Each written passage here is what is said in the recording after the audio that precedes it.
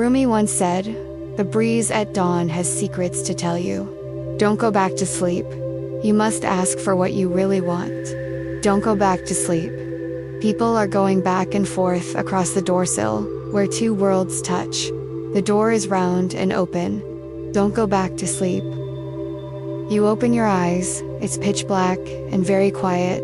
Your clock shows 3 a.m., basically anything between 2 and 4 a.m., and you can't go back to sleep.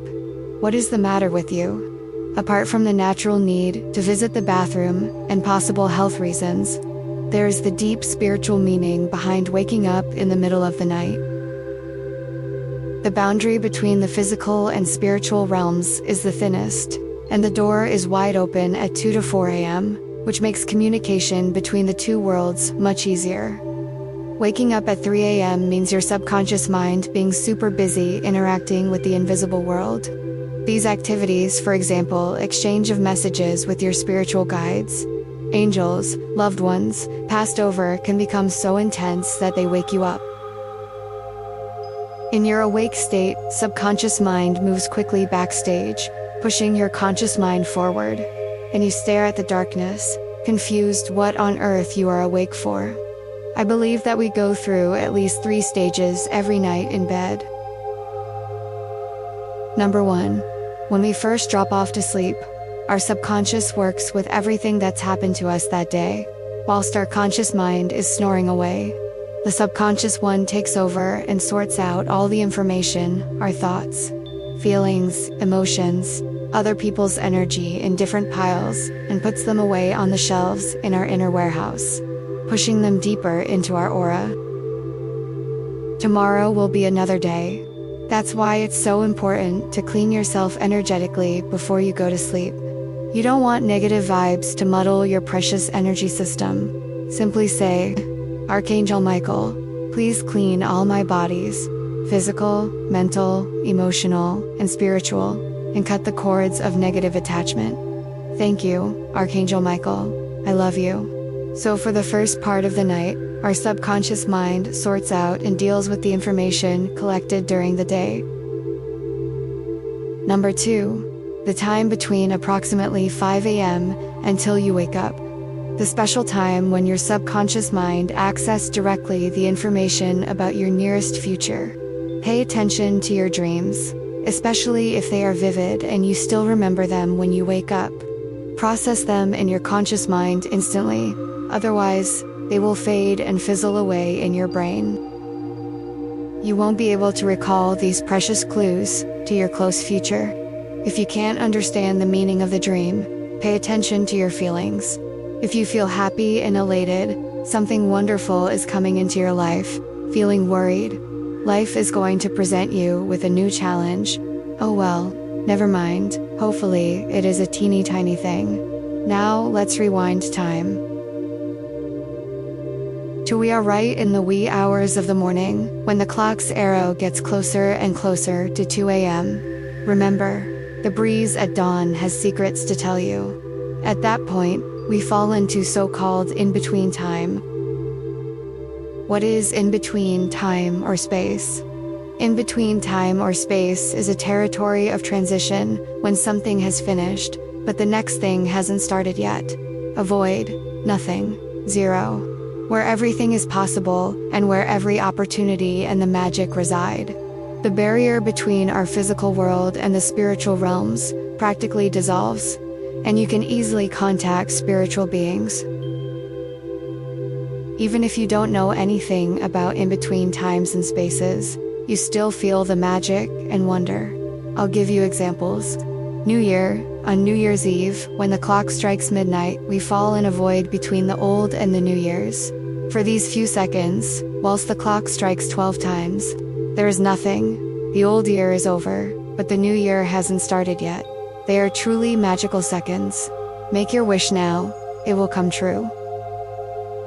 Equinox, the tipping point between light and dark, supercharged energetically, time. Solstice, a turning point for day or night to become the shortest, and start moving in the opposite direction. Halloween, a period of time between autumn and winter, when the autumn is nearly over, and we can feel the breath of winter. the time when spirits roam the earth freely. Sunset and sunrise, a fascinating time between light and dark, day and night. Don't you feel the magic of the sun coming down or rising up? Mist, a territory between two elements, air and water. Everything looks a bit spooky and creepy in the mist. Walking on the ground barefoot, your feet touch the ground exactly where air finishes and the earth starts. Walking barefoot does wonders for your health. High and low tides, the strip of sand between high and low tides, that sometimes belongs to the river and sometimes to the land. Walk along that strip of sand, freed from the water, next to the river, crashing its waves on a shore. Whatever you think of affects you and the world profoundly. And of course, 2 to 4 a.m., an in-between time when the night is dying, but the new morning is not born yet. By the way, a lot of people die exactly around 3 to 5 a.m., just before sunrise. They fall in a void and don't come back. For centuries, in-between time has been used for magic and rituals.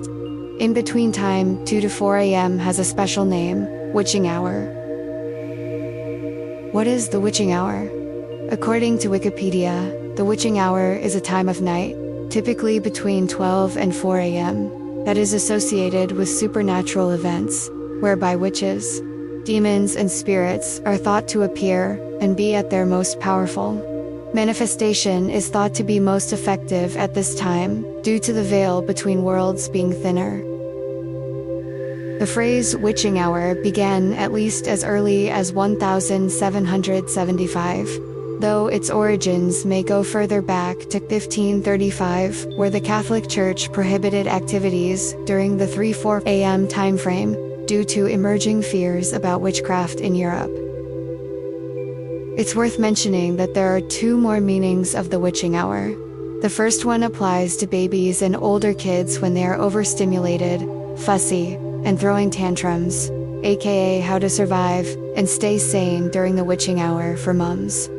The other meaning refers to the last hour of stock trading between 3 to 4 p.m. The witching hour, a period of above-average volatility. What is really happening between 2 to 4 a.m.? First of all, it is much quieter physically and energetically at night. Your town is asleep, no cars on the road. Computers, tablets, and mobile phones are asleep with their owners too. Sometimes my dogs are cheeky and ask to let them out in the garden at night. I usually go with them and stand there listening to the night silence and watching my garden fast asleep. So it is much easier for etheric beings to get in touch with you, whilst there are no other interactions, and you are more receptive to their subtle energy. The thinner veil between the two worlds allows etheric beings to communicate easier with you. Your soul leaves the physical body, still connected to it by the silver cord, and travels extensively through space and time. The silver cord only gets severed in the event of physical death.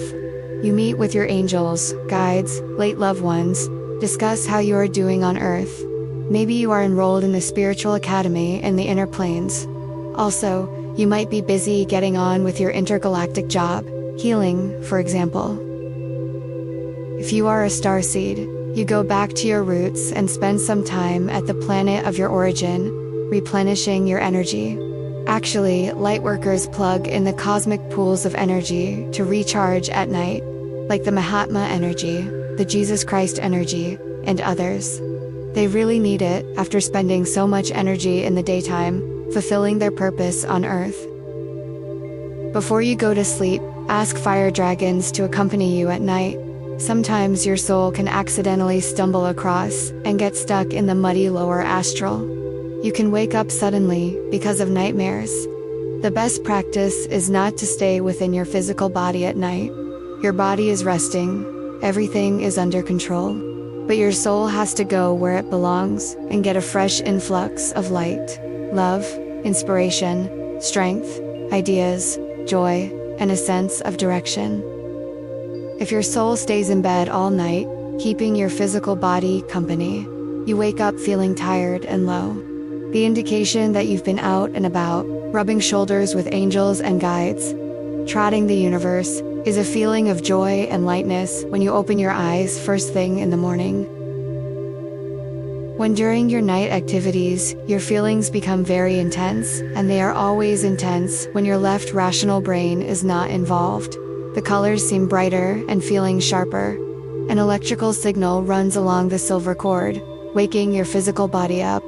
In a split second, your soul gets pulled back into your body by a retracted silver cord, and you open your eyes wide awake. Sometimes the soul jumps in the body a bit awkwardly, making the body jerk. Maybe you can recall being in between sleep and awakening and your body jerk. Also, at night, your soul talks to other people's souls with whom you have a close bond and maybe partied at the moment. I never thought about it, but once I heard my husband's and his parents' souls talking all three together. Only then I understood what a strong bond they share. If you miss someone or want to ask for forgiveness, or simply have a lot on your heart to share, do this little ritual. The night ritual to speak to someone's soul. It works the best if you pick an in-between time. 12 p.m., the old day is over, but the new one hasn't started yet. Or 2 to 4 a.m. when the night is dying, but the new morning hasn't arrived yet. The person should be asleep, at least theoretically. If a great distance divides you, you can pick your local time or the time where your person is at that moment. Light the candle, look at the middle of the dancing fire, and imagine the face of the person you wish to speak to in there. Now, pour your heart out. Tell everything you always wanted to tell but were afraid of.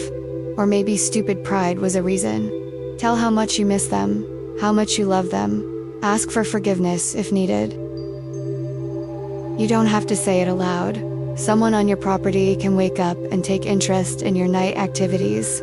Say it in your head. Fire will take your words over, and the person even on another end of the world will hear them. The connection happens on the subconscious level. The person starts thinking of you and normally gets in touch promptly. A very modest, but powerful ritual. But what to do if you are not interested in night rituals? You simply woke up and can't go back to sleep. What to do if you can't go back to sleep? Unfortunately, we have lost touch with Earth, nature, and seasons. In Lemurian times, people have been used to live in the flow with nature, to slow down with the sun going down under the horizon, sleep when the world around has been asleep, and wake up to greet the sun and the new day. The humans have disconnected, pulled themselves out of a natural cycle, and now we pay the price. You keep tossing and turning under the duvet, thinking to yourself irritatingly that your alarm will go off soon to get up for work, but you can't doze off into slumber. Of course, in a way it is a blessing. It means that a portal of higher communication opens for you right now.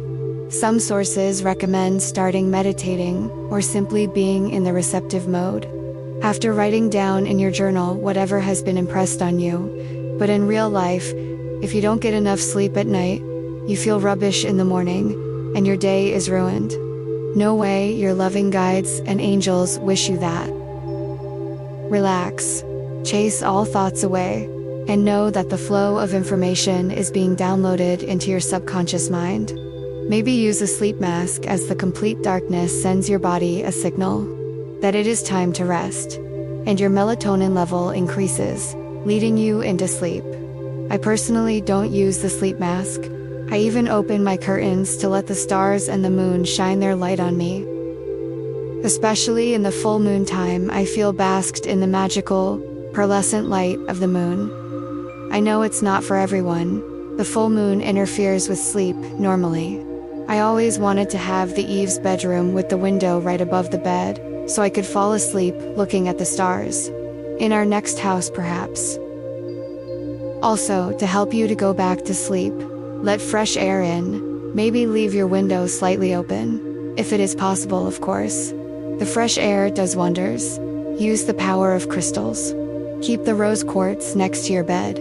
It radiates out the loving and soothing vibration, hugging and caressing you at night. I personally love the tiger eye for its protecting qualities at night as well. I also ask Archangel Muriel to be with me and fill the space around with her gentle blush, pink luminous light. She is the angel of love, compassion, and harmony. Let her pink light envelop you, breathe it in, and before you know it, you will be on your way to dreamland. You think you are only busy in the daytime, but at night, you are resting in bed. Nope, in reality, you are busier than ever at nighttime. Roaming the universe and shaking hands, the subtle ones with your guides and angels, hugging your loved ones who have passed to the other side already. The overwhelming feeling of joy and freedom becomes so intense that it hits your physical body, snoozing in bed, and wakes it up. So it's perfectly normal to wake up at 3 a.m., relax, have a drop of water, and get back to sleep to pick up where you left off and carry on with your secret nightlife. Thank you for watching. Don't forget to like this video and to subscribe to my channel and to click on the notification bell so you don't miss out on new videos. May love, light, and inspiration always find you.